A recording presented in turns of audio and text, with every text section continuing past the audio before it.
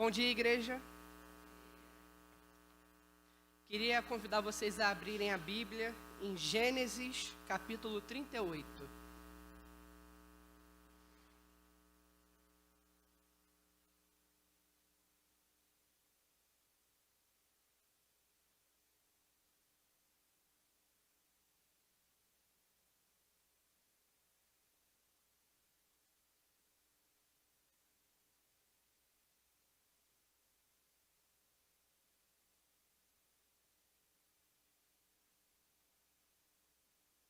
Gênesis, capítulo 38, nos diz o seguinte: E aconteceu, no mesmo tempo, que Judá desceu de entre seus irmãos e entrou na casa de um varão de Adulão, cujo nome era Hira. E viu Judá ali a filha de um varão cananeu, cujo nome era Sua, e tomou-a e entrou a ela. E ela concebeu e teve um filho, e chamou o seu nome E tornou a conceber, e teve um filho, e chamou o seu nome Onã. E continuou ainda, e teve um filho, e chamou o seu nome Selá. E ele estava em Equezibe quando ela o teve. Judá, pois, tomou uma mulher para o seu primogênito, e o seu nome era Tamar. Porém, o primogênito de Judá, era mau aos olhos do Senhor, pelo que o Senhor o matou. Então disse Judá a Onã: Entra a mulher do teu irmão e casa-te com ela e suscita semente a teu irmão. Onã, porém, soube que essa semente não havia de ser para ele. E aconteceu que, quando entrava a mulher de seu irmão, derramava na terra para não dar semente ao seu irmão. E o que fazia era mal aos olhos do Senhor, pelo que também o matou. Então disse Judá a Tamar, sua nora: Fica-te viúva na casa do teu pai, até que Selá, meu filho, seja grande. Porquanto disse: Para que porventura não morra também este como seus irmãos. Assim foi-se Tamar e ficou-se na casa do seu pai. Passando-se, pois, muitos dias, morreu a filha de Sua, mulher de Judá. E depois se consolou Judá e subiu aos tosquiadores das suas ovelhas em Timna, ele e Hira, seu amigo, o adulamita. E deram aviso a Tamar, dizendo: Eis que teu sogro sobe a Timna, a tosquiar as suas ovelhas. Então tirou de sobre si as vestes da sua viuvez, e cobriu-se com o véu, e disfarçou-se, e assentou-se à entrada das duas fontes que estão no caminho de Timna, porque via que Selá já era grande e ela lhe não fora dada por mulher. E vendo-a Judá, teve-a por uma prostituta, porque ela havia coberto seu rosto. E dirigiu-se para ela no caminho e disse: Vem, peço-te, deixa-me entrar a ti, porquanto não sabia que era sua nora. E ela disse: Que darás para que entre a mim? E ele disse: Eu te enviarei um cabrito do rebanho. E ela disse: Dás-me penhor até que o envies? Então ele disse: Que penhor que te darei? E ela respondeu: O teu selo e o teu lenço e o cajado que está na tua mão. O que ele lhe deu, e entrou a ela, e ela concebeu dele. E ela levantou-se e foi-se e tirou de sobre si o seu véu e vestiu as vestes da sua viuvez. E Judá enviou o cabrito por mão do seu amigo, o adulamita, para tomar o penhor da mão da mulher, porém não a achou. E perguntou aos homens daquele lugar, dizendo: Onde está a prostituta que estava no caminho junto às duas fontes? E disseram: Aqui não esteve prostituta alguma. E voltou a Judá e disse: Não a achei. E também disseram os homens daquele lugar: Aqui não esteve prostituta. Então disse Judá: Tome-o ela, para que porventura não venhamos a cair em desprezo. Eis que tenho enviado este cabrito, mas tu não a achaste. E aconteceu que, quase 3 meses depois, deram aviso a Judá, dizendo: Tamar, tua nora, adulterou, e eis que está pejada de adultério. Então disse Judá: Tirai-a fora, para que seja queimada. E tirando-a fora, ela mandou dizer a seu sogro: do varão de quem são estas coisas eu concebi. E ela disse mais: conhece, peço-te, de quem é este selo, e estes lenços, e este cajado. E conheceu o Judá e disse: mais justa é ela do que eu, porquanto não a tenho dado a selar meu filho, e nunca mais a conheceu. E aconteceu ao tempo de dar à luz que havia gêmeos em seu ventre. E aconteceu, dando à luz, que um pôs fora a mão, e a parteira tomou-a, e atou em sua mão um fio roxo, dizendo: este saiu primeiro. Mas aconteceu que, tornando ele a recolher a sua mão, eis que saiu o seu irmão, e ela disse: como tens tu rompido? Sobre ti é a rotura. E chamaram o seu nome Pérez. E depois saiu seu irmão, em cuja mão estava o fio roxo, e chamaram o seu nome Zerá. Pai amado, que o Espírito Santo esteja sobre nós nessa manhã, nos dando entendimento e compreensão da verdade da Tua palavra. Em nome de Jesus, amém. Irmãos, esse texto ele é maravilhoso. Ele já começa com uma quebra de paradigma, começa com uma quebra de um estilo textual. Quando a gente começa a leitura do texto de Gênesis, a gente repara que a narrativa de Gênesis ela é muito coerente naquilo que ela aborda. Ela começa com a história de Adão e Eva, depois parte para a história da família de Noé, pré-dilúvio, pós-dilúvio, entra na história de Abraão, depois segue para a história de Isaac, por fim, a história de Jacó. Em seguida, por lógica, ela deveria abordar a história de José, que é a figura bíblica que é abordada em relação à proteção, à salvação que ele traz para o povo em meio ao Egito. E esse capítulo ele é interessante porque ele quebra isso. A gente vê no capítulo 37, iniciar a história de José, contando a forma como ele foi traído pelos irmãos, como ele foi levado cativo. E ao invés de dar prosseguimento na história de José, o autor bíblico ele faz uma pausa e ele conta a história dos filhos de Judá. Eu não vou entrar no mérito disso agora, mas é muito interessante, porque já mostra para nós que é algo aqui que Deus quer que a gente atente. É uma história que é tão importante que ele quebra a narrativa da história que estava sendo contada antes. Resumindo a história, Judá, ele desobedece após a suposta morte de José, ele se afasta da sua família, desce ao território dos cananeus e toma lá uma mulher para si. Dessa mulher ele tem 3 filhos, dos 3 filhos, 2 falecem. E aí a gente precisa, irmãos, estar atentos, em primeiro lugar, aos pecados de Judá e dos seus filhos.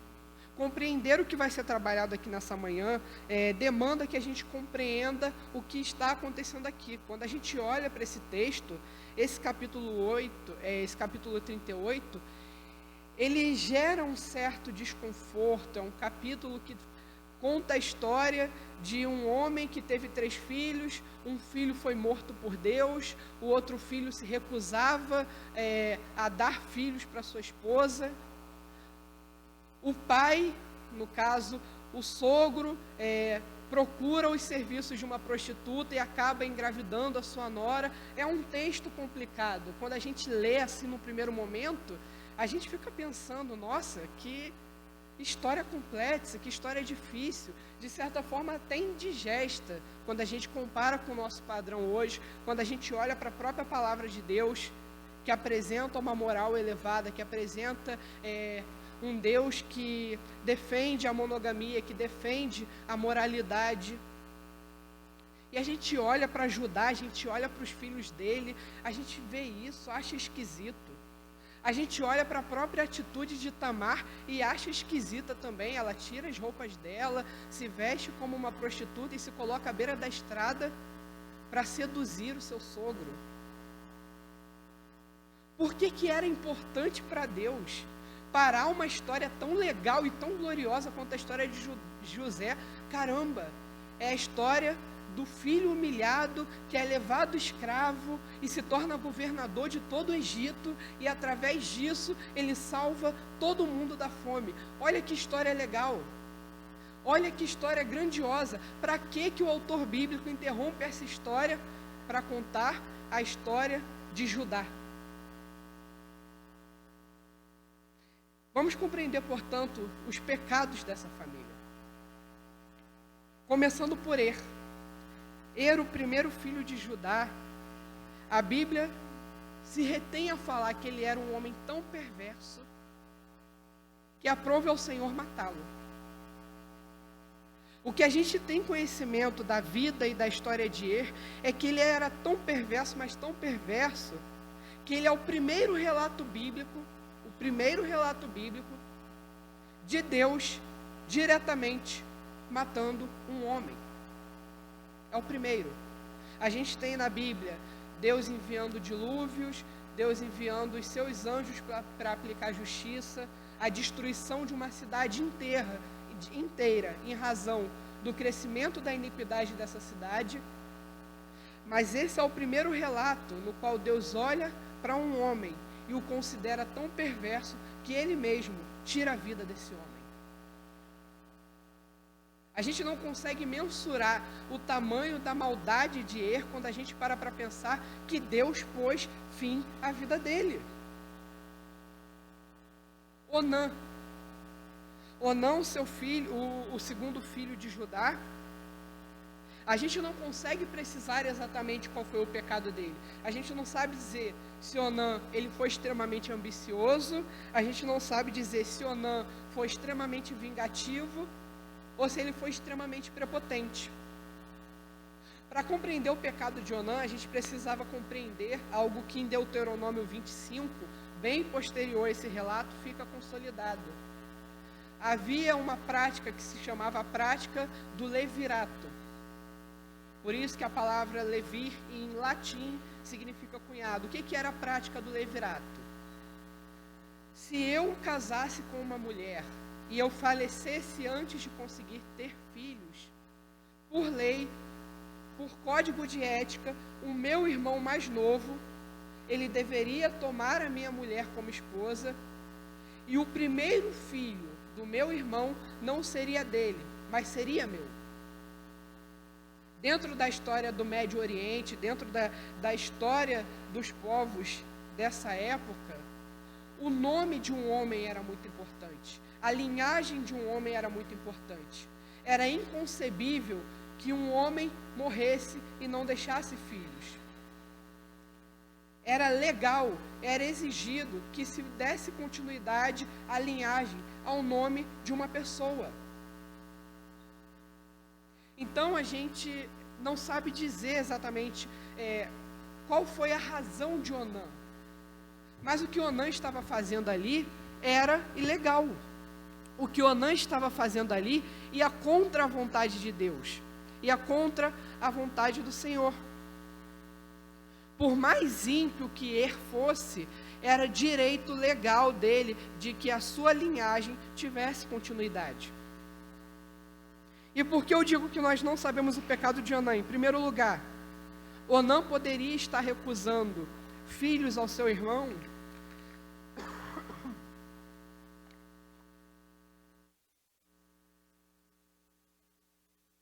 primeiro, ou por ambição, porque por lei, se Er não deixasse herdeiros, toda a fortuna de Judá seria herdada ao filho vivo, ao segundo filho vivo, no caso Onã.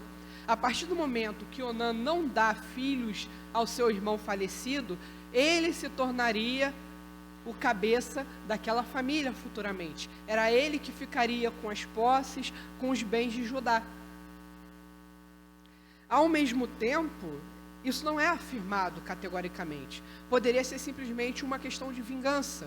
Onã poderia considerar o seu irmão tão ruim que não queria dar uma linhagem para ele.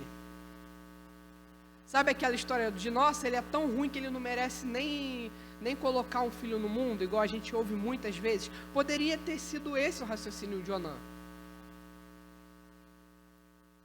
Mas também é uma terceira causa que Deus escolheu matar Onã.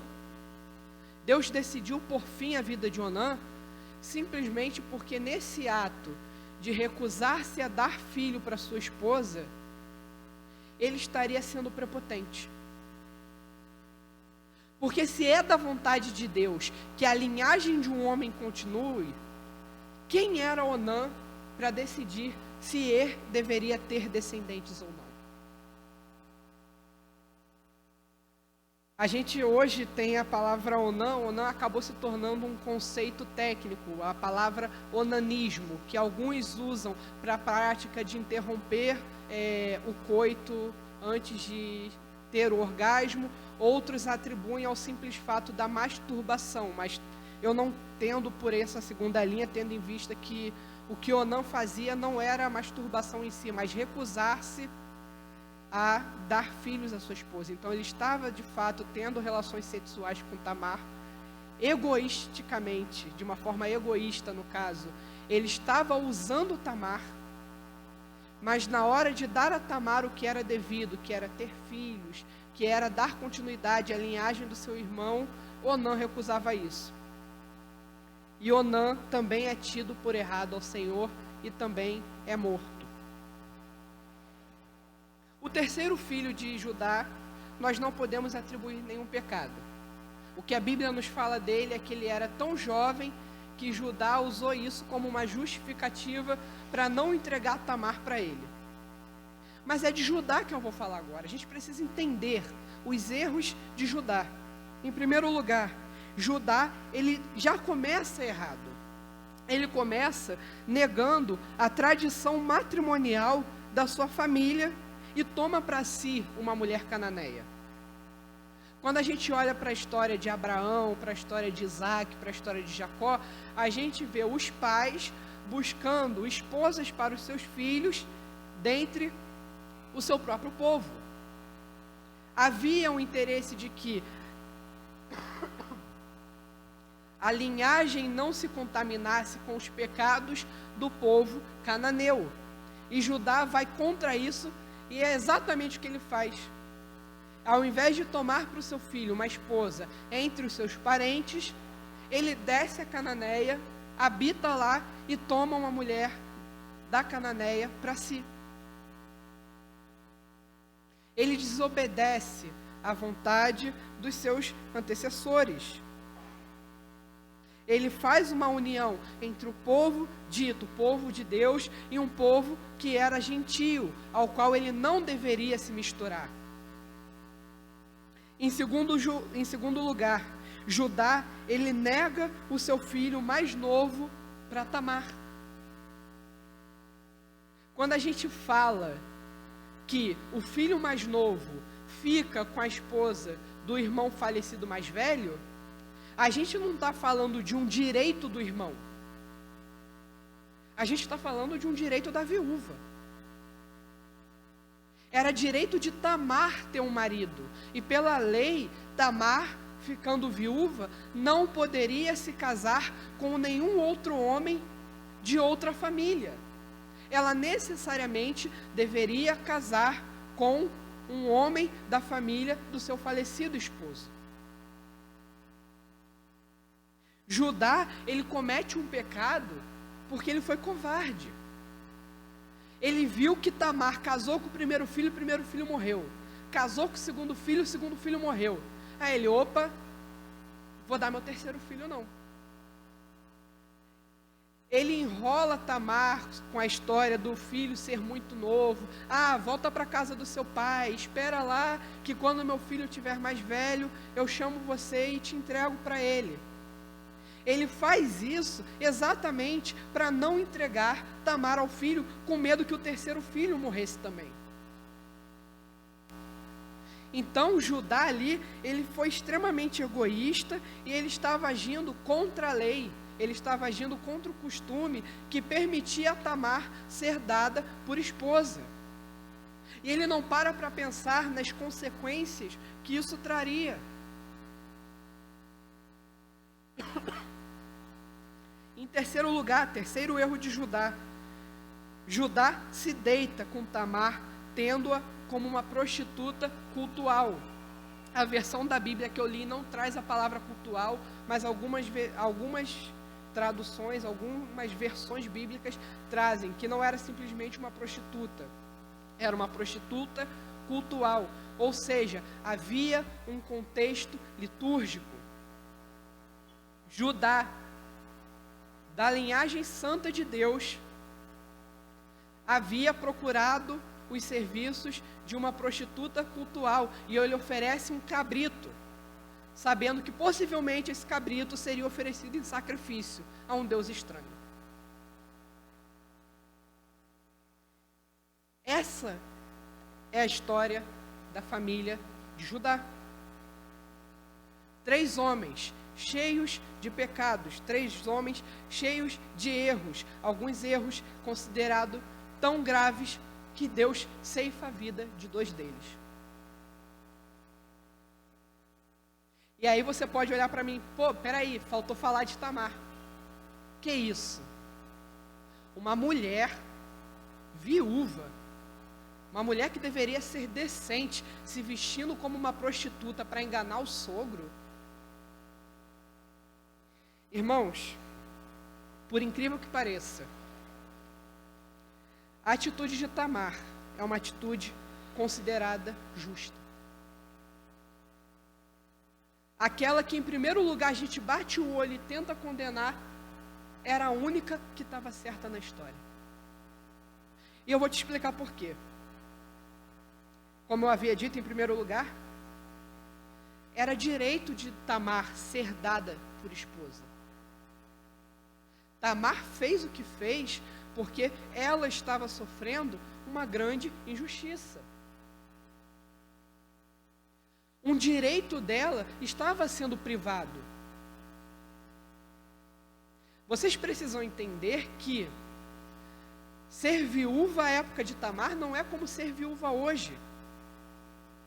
Que a gente tem a possibilidade no Brasil de um cônjuge falecer e deixar o outro provido junto ao INSS, junto à Previdência Social.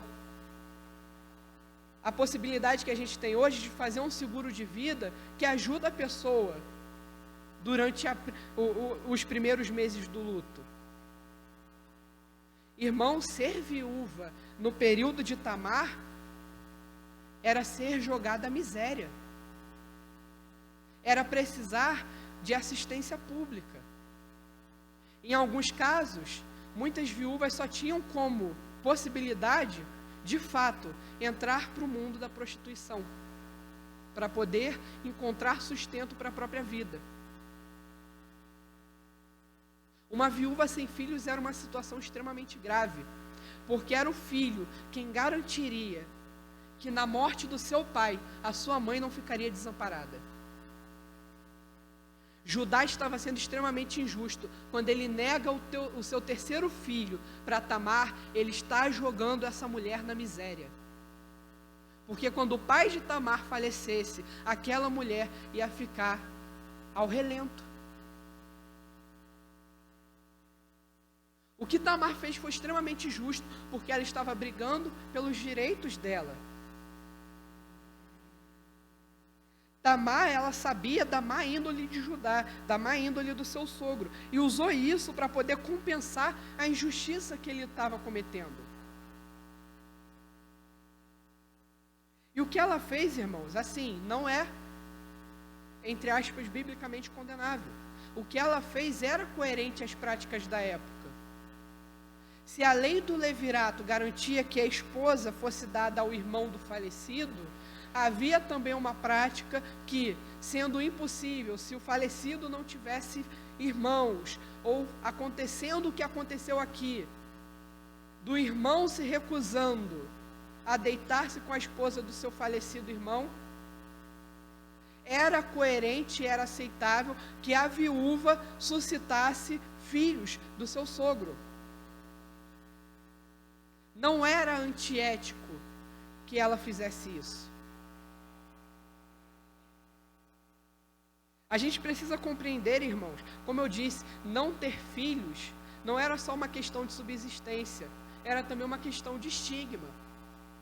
Uma mulher sem filhos era uma mulher estigmatizada, era uma mulher vista com desdém pelas outras mulheres, vista como desdém pelos homens da sociedade.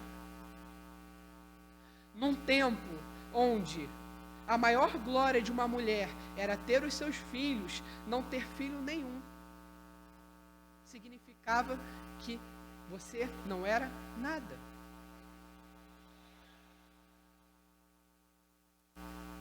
Como eu disse também, ela não poderia casar com ninguém de fora da família. A partir do momento em que Judá não dá o seu terceiro filho para Tamar, ela não poderia simplesmente se casar com alguém de outra família. A lei proibia isso.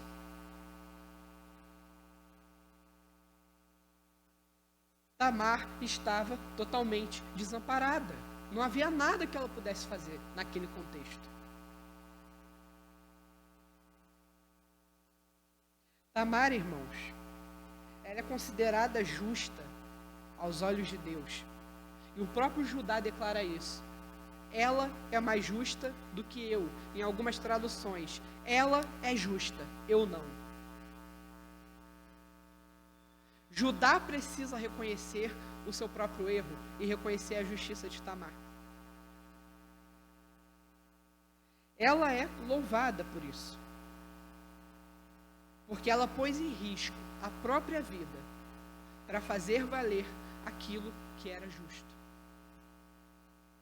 Num contexto onde a mulher não tinha voz, num contexto onde a mulher não tinha voto, onde a mulher não tinha participação política e social, tomada de decisões, num contexto de extrema submissão ao seu marido, Tamar colocou em risco a sua própria vida, podendo ser queimada, podendo ser apedrejada, para lutar pelos seus direitos, para lutar por aquilo que era justo aos olhos de Deus. E ela foi muito sábia. Ela não pediu o selo e o cajado de Judá, porque simplesmente, o selo era valioso e o cajado tem uma aplicação simbólica, que ao pedir o cajado de Judá, ela toma para si as bases dele e deixa ele sem palavras. Tem gente que adora inventar sentido esotérico nas coisas que estão na Bíblia. Não é nada disso. É objetivo. O selo era nada mais, nada menos do que um cilindro com gravuras que ficava no pescoço do homem, que se ele molhasse a terra e rolasse aquele cilindro, a assinatura dele aparecia ali. Era um QR Code de pescoço. O cajado, por sua vez, não era simplesmente um pedaço de pau que o homem se apoiava. Não, o cajado também era uma figura de poder e autoridade. No cajado de um homem tinha as iniciais do seu nome. Tamar sabia que em algum momento a gravidez dela seria revelada e ela seria levada para julgamento e morte. E é por isso que ela pede o cajado e o selo. Que na hora de se defender ela fala, reconhece de quem é esse selo? Porque quem tinha o direito de pedir a vida dela era o sogro, pai daquele que deveria ser o seu marido. Quando ele olha o selo e olha o cajado, ele percebe aquilo que ele fez. Ele é obrigado a perceber que não foi ela que desobedeceu à lei. Quem desobedeceu à lei foi ele, porque ele tinha que ter entregue o seu filho. Irmãos, Tamar foi extremamente amorosa com seu sogro. Sabe por que eu digo isso? Porque ao tapar o seu rosto e colocar-se e se humilhar e se apresentar na forma de uma prostituta, ela estava protegendo o seu próprio sogro da morte. Porque o incesto era condenado à morte. Se Tamar era prometida do filho de Judá, Judá jamais poderia se deitar com ela. Ao esconder a sua identidade, ela torna ele inocente desse crime. E é por isso que quando a gente olha para essa história, a gente vê que a injusta nunca foi Tamar. Injusto sempre foi Judá e os seus filhos. Mas e como isso muda a minha vida? Como isso muda a sua vida? Como isso se aplica a nós? Em primeiro lugar, irmãos, a história de Tamar é uma história maravilhosa. É uma história que ensina para nós que nós precisamos lutar pelo que é certo, pelo que é justo e pelo que é a vontade de Deus, ainda que isso coloque a nossa própria vida em risco. Eu sei que eu estou falando de um período pré-mosaico, ou seja, ainda não havia a lei de Deus nas tábuas morais, ainda não havia o cânon dado a Deus. É pré-mosaico, tudo isso aqui. Mas quando a gente olha para o que está sendo narrado aqui, a gente vai para Deuteronômio, capítulo 25, tudo isso que eu estou contando está lá. Então, mesmo nesse contexto, mesmo nesse contexto, Tamar já estava lutando por aquilo que era justo e agradável aos olhos do Senhor. Já pararam para pensar na coragem que mulheres como Tamar, Esther, Maria Madalena, a Samaritana, na coragem de muitos filhos de Deus de entregar o seu pescoço à guilhotina?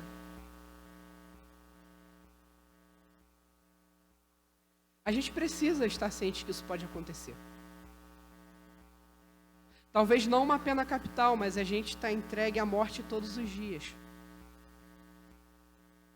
Eu posso sair daqui hoje de manhã e ser surpreendido daqui a 15 dias na minha casa com uma intimação de um oficial de justiça para prestar contas de uma declaração que eu dei no púlpito, por ser considerada politicamente incorreta, por ser considerada ilegal aos olhos daqueles que se escandalizam da moral de Deus. Eu terei a mesma coragem de Tamar, de defender aquilo que eu disse com unhas e dentes, não para salvar a minha própria vida, não para preservar o meu próprio patrimônio, porque condenações judiciais são caras, mas para me manter firme à verdade do Evangelho.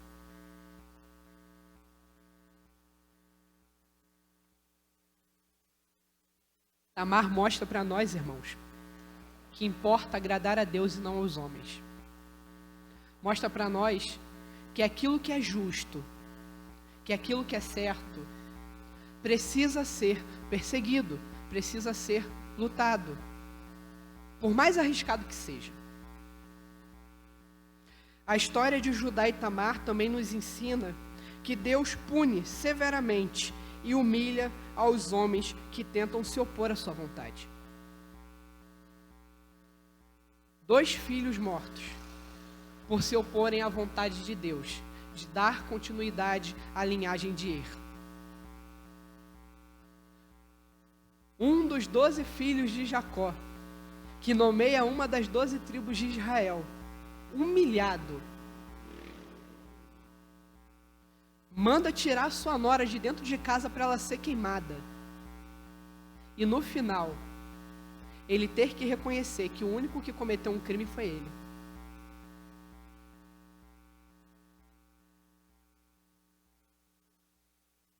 Irmãos, não tentem a Deus.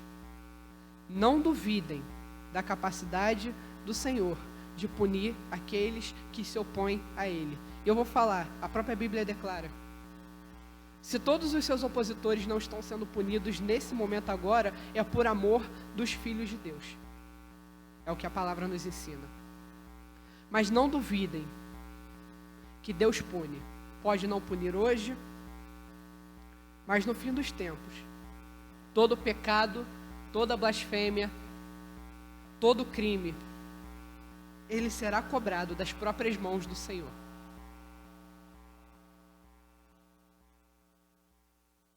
Os nossos pecados foram perdoados por amor a Cristo. pelo amor de Cristo na cruz. Mas jamais nós, como cristãos, podemos perder de vista a gravidade deles. Precisamos lembrar da severidade com a qual Deus trata os pecados dos homens.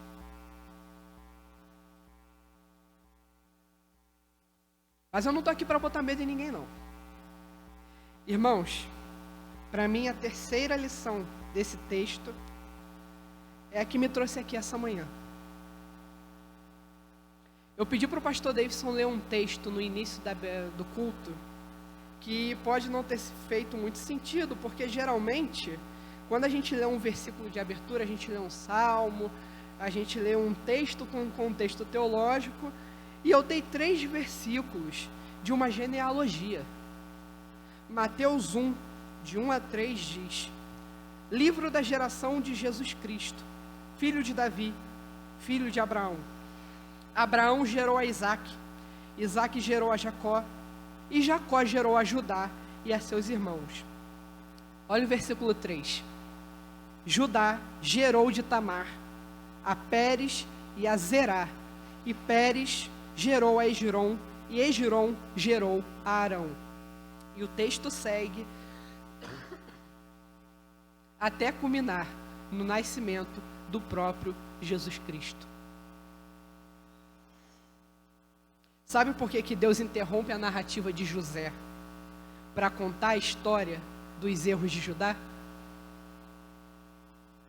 O que ele está mostrando para nós, irmãos, é que a Bíblia não é um livro sobre os feitos de homens gloriosos. Ele vira para nós e basicamente fala: tá vendo esse José aqui? Legal, né? Olha o que ele fez para salvar o povo do Egito. Agora para aí um pouquinho e olha o que eu fiz para poder te salvar hoje. Ele para a história da salvação do Egito para contar um pouco da história da nossa própria salvação. Ele mostra para nós aquilo que de fato é importante, que é o nosso Senhor Jesus Cristo.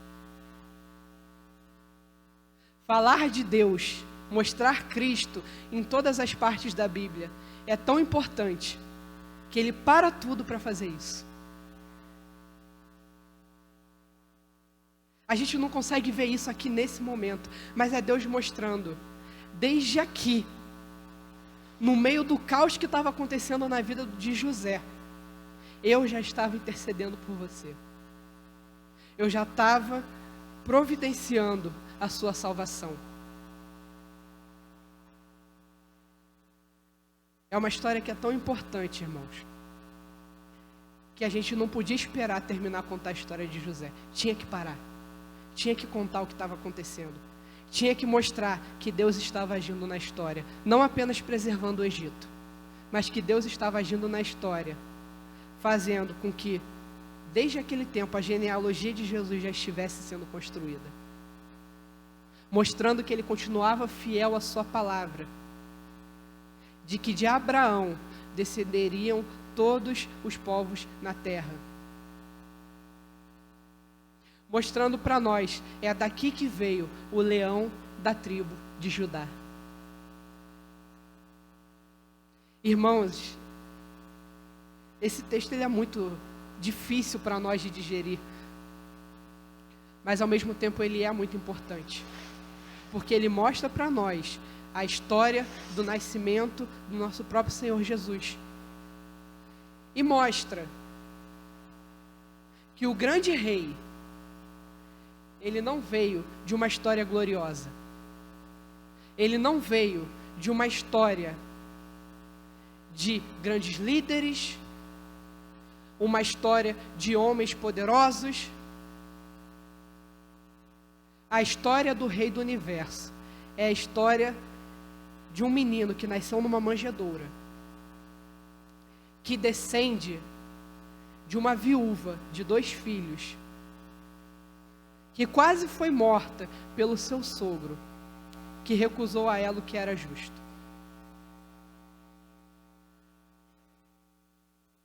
Mostra para nós que no meio de tantas adversidades, a salvação ainda assim nos era garantida.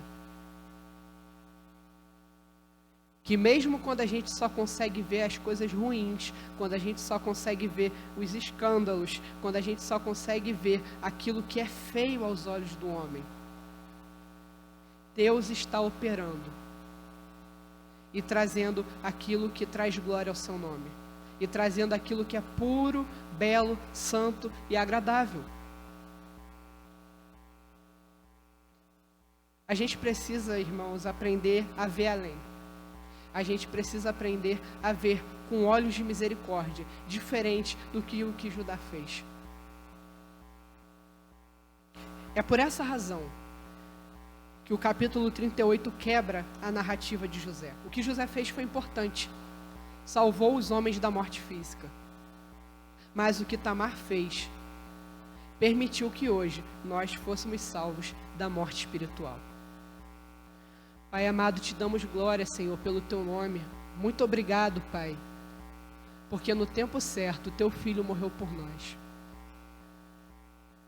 Muito obrigado pela coragem de Tamar, por ser exposta à vergonha, por ser exposta à morte, a comentários maliciosos, assim como provavelmente o teu filho Jesus precisou ouvir enquanto caminhou conosco, por não ser filho biológico de José. Obrigado, Senhor, pela coragem que ela teve de viver o que era certo, independente do julgamento. Que tenhamos essa coragem hoje também. E que sejamos capazes sempre, Senhor, de olhar para a Bíblia e ver a história da glória do teu nome.